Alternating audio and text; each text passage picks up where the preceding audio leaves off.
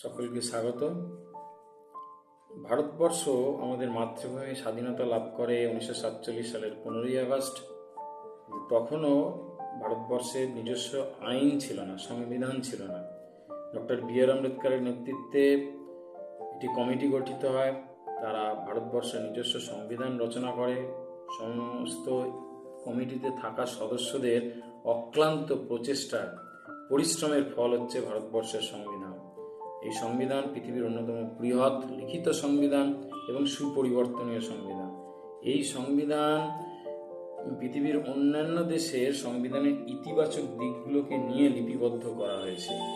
এই সংবিধান ভারতীয় নাগরিকদের অধিকারকে সুনিশ্চিত করে, ভারতকে ধর্ম নিরপেক্ষ রাষ্ট্র হিসাবে ঘোষণা করে। তাই ভারতবর্ষের ইতিহাসে এই সংবিধানের গুরুত্ব অপরিসীম। 26শে নভেম্বর 1949 সালে এই সংবিধান প্রথম গণপরিষদ কর্তৃক গৃহীত হয়েছিল। 1950 সালে 26শে জানুয়ারি কার্যকর হয়েছিল। এই 26শে নভেম্বরকে আগে আইন দিবস হিসেবে মান্যতা দেওয়া হচ্ছিল।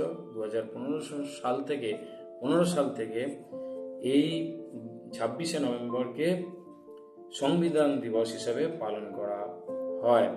এবছর অর্থাৎ 2024-এর 26শে নভেম্বর হচ্ছে সংবিধানের 75তম জন্মদিবস। তাই ভারতের সংবিধানকে সম্মান জানিয়ে একটি কবিতা আমি সকলের জন্য রচনা করেছি। আশা করি সকলের ভালো লাগবে। চলুন কবিতাটা একটু পাঠ করি। ভারতবর্ষ দেশ এক সার্বভৌম সমাজতন্ত্র, গণতান্ত্রিক প্রজাতন্ত্র। দেশে কার্যকর নিজস্ব সংবিধান, দেশে প্রকৃত প্রাণ। 1950-এর 26শে জানুয়ারি স্মরণে ভারতবাসী সবারই। নেতৃত্বে বি.আর. আম্বেদকর।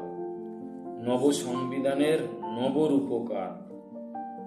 ভারত শাসন আইনের অবসান বিশ্ব ইতিহাসে উজ্জ্বল স্থান।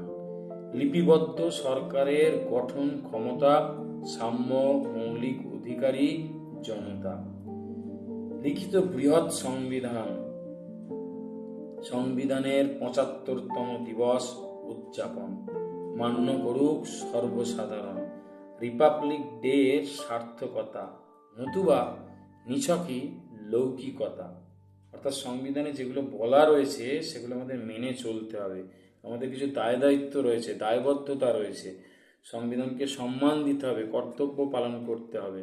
তবেই কিন্তু সংবিধানের প্রতি আমাদের একটা প্রকৃত সম্মান জ্ঞাপন সম্ভব হবে এবং এই সমস্ত দিনগুলো পালন করা সার্থক হবে। নাহলে নিছকে একটা লৌকিকতায় পর্যবেসিত হবে।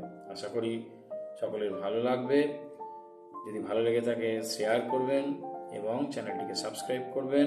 এবং সবশেষে বলবো, সঙ্গে থাকুন, কবিতার ছন্দে থাকুন।